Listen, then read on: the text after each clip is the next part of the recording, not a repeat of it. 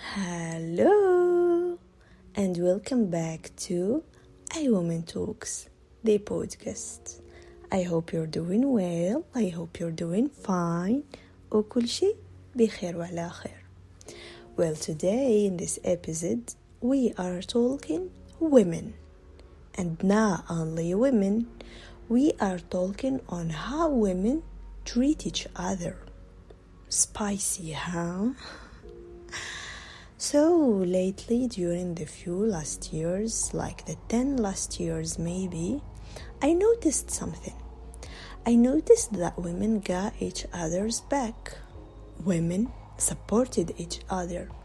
Women loved each other's success and loved seeing each other shine.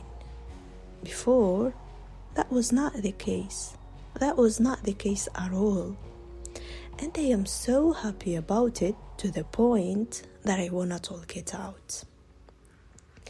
So, in this episode, I will try to share with you my findings, my thoughts, my personal experience about how relationships between women was before. And by before, I mean that we will take together a little dive in history. Then, we will fast forward to the recent past when I was a young lady, maybe an adult, and then we will cherish the fine progress we women are having in our relationships with each other. Ready? Let's go!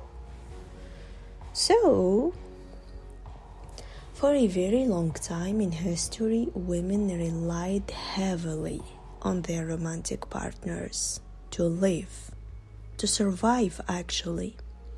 And not only them, but also ولادهم. So by nature, other women became their competitors, as each woman wanted to secure a committed, high-earning partner. The poor partner meant lesser chance of them and their children surviving. So far, it is a life or death matter. And to be fair, back then, men experienced competition too. But women felt especially competitive, jealous, and experienced distress when it comes to looking attractive. Since this is what men throughout history has valued the most in women. And if you saw the based on novel Bridgerton series on Netflix, that was a cute way to show us the ugly truth.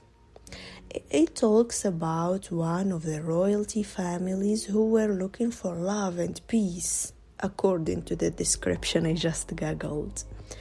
In my opinion, it was crystal clear that the value of a woman, even if she came from a high-end family, will exponentially raise once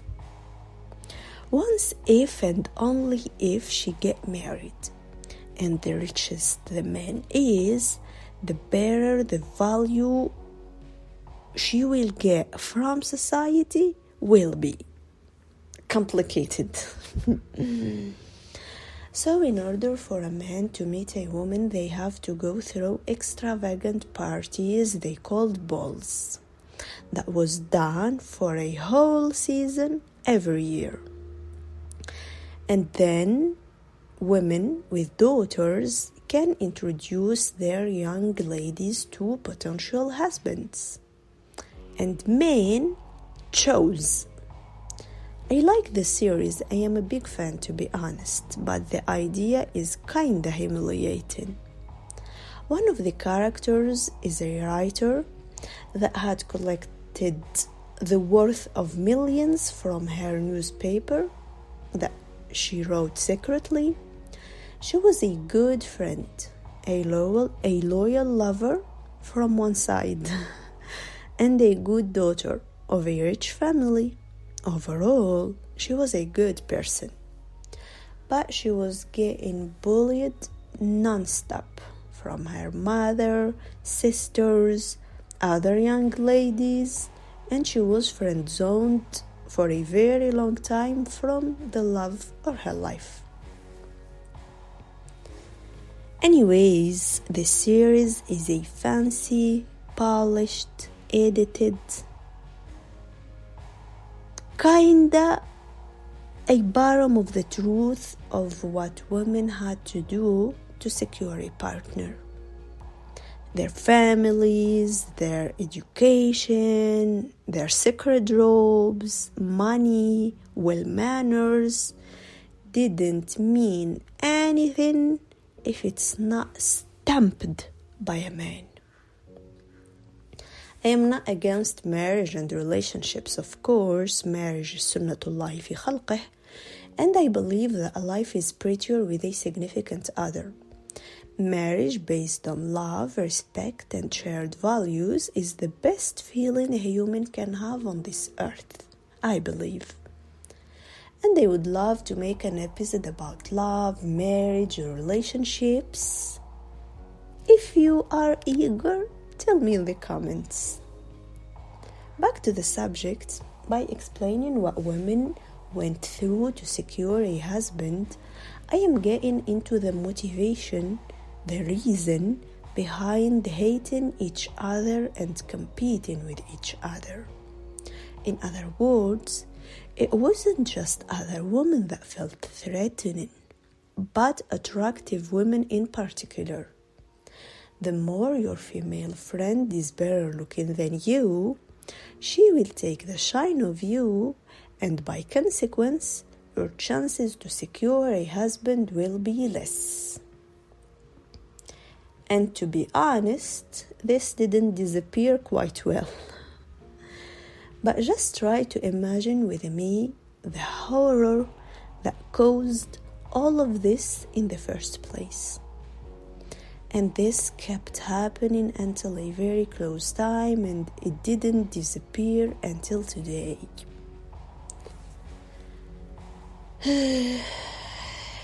The undeclared rules of beauty between female friends. It is happening. Generally, women from a young age prefer not to be surrounded by friends who surpass them in physical appearance. Haka, this is safe. Me personally, no one told me, no one taught me, no one said this clearly to me, but there was something in me who checked all women in a room whenever I enter. So if they are all looking in the same level or less, I will feel safe. And if someone is better looking than me, I will immediately develop an allergy towards her. This is too hard to confess, but it was true. It is true in the past, let's say. And where this came from, I don't know exactly, but I know that it was little hidden signs in my daily young life that translated into this غير معلنة competition. As women, we may not be only threatened by other attractive women, but also by women who are powerful. Not only prettier, a woman who is able to open a conversation, to win a conversation, a woman who talks, who discuss her ideas, and who is she, who is not ashamed from her mind. So whenever women spoke their minds out loud, for example, they might have received a response with more hostility and rudeness. There is also less willing to introduce a woman who exhibits ideas, opinion, and embrace her existence to the significant others of their friends, girlfriends of course. بالعربية صاحبتها ايه بصح ما توريهاش راجلها. Fast forward, A lot of things happened to men, to women, to society. Women could work and their survival. Just do not rely on men anymore. Cool, right? So the reason of the hate is gone. Why do we still hate each other? Let's just agree that everything is debatable, but I am trying to have an abstract overview to be able to focus on our subject for today, female relationships. When the reliance part didn't become vital, the competition didn't disappear by consequence, sadly.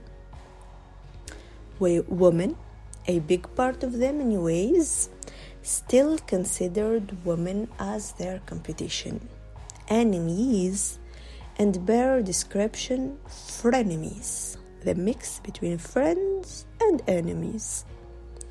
And if I say enemy, you may think war, but I am not talking about physical aggression here, because across ages and cultures, girls and women are much less physically aggressive than boys and men. This is because historically women didn't want to risk being physically harmed, or worse, as that put their child at risk. However, women are equally, if not more likely, to engage in indirect aggression. So what is indirect aggression? يدمروا لك حياتك. It is basically the attempt to disrupt a person's social opportunities and relationships, using tactics such as spreading rumors, gossip, disclosing secrets, and النبذ. And it's usually quite effective since we tend to dislike people who we've learned negative information about, especially if the information comes from multiple sources. It's believed as more credible. As women, we do experience social exclusion more frequently, as well as online rumors and cyberbullying. So women, when they hated other women, they didn't engage in physical aggression, but they just spread the word that this one may not be cool. And this did the work, did it quite well. That was not naive, stupid, or even mean. It was the consequence of ages of hate, uncomfort, and negative feelings toward each other, unfortunately. Jealousy or hate are not coming from nothing. They started at a very young age. For instance, among children, girls are more uncomfortable than boys when selecting group leaders. In adolescence, girls are more distressed than boys by a friend surpassing them in popularity or close friendships. And we assume successful or popular females to be entitled. Popular girls are often disliked or excluded, and women often worry that their female friends might feel jealous or resentful of their achievements. And to avoid that, they downplay their success to not seem arrogant. Isn't that sad? I personally did it. We see this desire for even distribution across the board. Here are some examples. Both women and men preferred male over female leaders. Women expect female leadership candidates to perform worse at their job and less likely to be promoted. Female employees report more support from their male than female supervisors. Even within sports, where competition is the explicit goal, female athletes show less positive or friendly behaviors toward the opposing team following a match than do male athletes. Unfortunately, all of this are statistics, personal remarks, and more important, results of my research on Google. Women are not easy on women. Why all of this? I am trying to find with you reasons, pictures, and images of it, of how women treated other women throughout history and recent past. A part of treating women to each other is their expectations from each other. So what do women generally seek for in their female friendships? It seems that women strongly prioritize kindness in their same-sex friendships, and compared to men, we hold higher expectations of our friends overall, especially for trust and empathetic understanding, loyalty, and commitment. We tend to have a stronger desire to provide support and reassurance to friends in need. And girls and women who don't provide this support tend to have fewer friends. Simply, we exclude. The standards for kindness are especially high for popular girls, who might otherwise be perceived as threats. Compared to men, we are more likely to question our friendships if they do not live up to certain standards or signs of devotion, such as friends who cancel plans, fail to stand up for us, or disclose our secrets. Basically, any cues of disloyalty. Women are hard on women, don't you agree? Please let me know what you think of all of this down in the comments.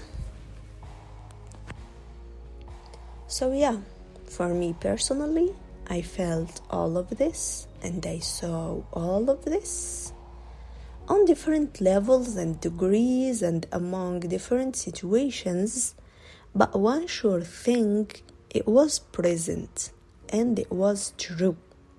كاينة وتكون. Fast forward our days, something came up. Consciousness raised, and women woke up from their eternal competition into another whole different mindset and behavior. One for all and all for one.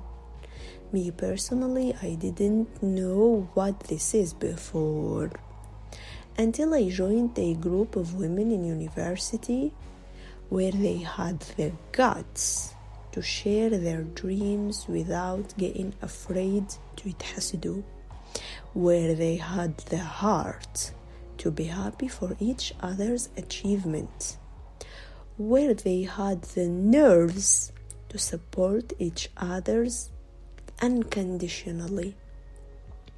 A group of women that extended and that made a shift in my mind.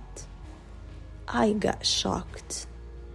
It felt weird, unusual, but good. I always, when I compared myself to other women, didn't feel right. Something went off. I always wondered, isn't Earth enough for all of us? So when this happened, they proved me that my success doesn't require their failures. We can all succeed. We can all be fearless and have endless dreams. We can all shine, and together we shine brighter. In this group, and much more groups and clubs later, we were kind to each other. We talked about our dreams and achievements openly. We planned for a big future, and a lot of us are having a bigger future than they ever imagined. We were so busy sharing recipes, hair care advices, financial tricks for the university expenses that we forgot that we were supposed to be each other competition. I dreamed of this channel 5 years ago with a female friend of mine, and I dreamed of my job 9 years ago with other female friends. I learned body rituals with others, and I shared family problems and surpassed them with others. I still cook a potato recipe of the stepmother of my best friend, my distance best friend actually. I still use a very specific oil for my post-shower routine that another friend recommended. We shared addresses, dresses, books, companies, universities, life hacks, DIYs, CV templates, motivation letters. We shared everything. And most important, we shared dreams. We dreamed big, we wanted big, and we didn't hide it. We embraced our dreams. We hugged them with bare hands and big hearts. We shared tears. We cried over notes, bullying, men, movies, books, problems, and life. And then we shared laughters. We saw every day as a happy day. We learned together how to put things into perspective. We learned together how to work on our minds. How our minds are responsible of our success, so we took it seriously and we worked on it hard. We had disappointments, we planned things that didn't work and we didn't know why. A few years later, we are seeing it. It is all making sense, a lot of it. We shared doubts, hesitations. At the end year, for example, we were really distracted. We didn't know if we wanted to pursue an academic career or an industrial one. And we spent months in doubts. We took both roads. Anyways, everyone took her roads, but there is some of us that pursued an academic career and there is others that are working. And both types shined in her field. I am so proud I met them all. And I am so proud of you if you are smiling now and you can relate to some of your own group or your own club. I became a girl's girl, and that was a one-way road. And even if groups and clubs like this exist today more and more, men didn't quite encourage it. Sorry guys, but maybe it's not your intention.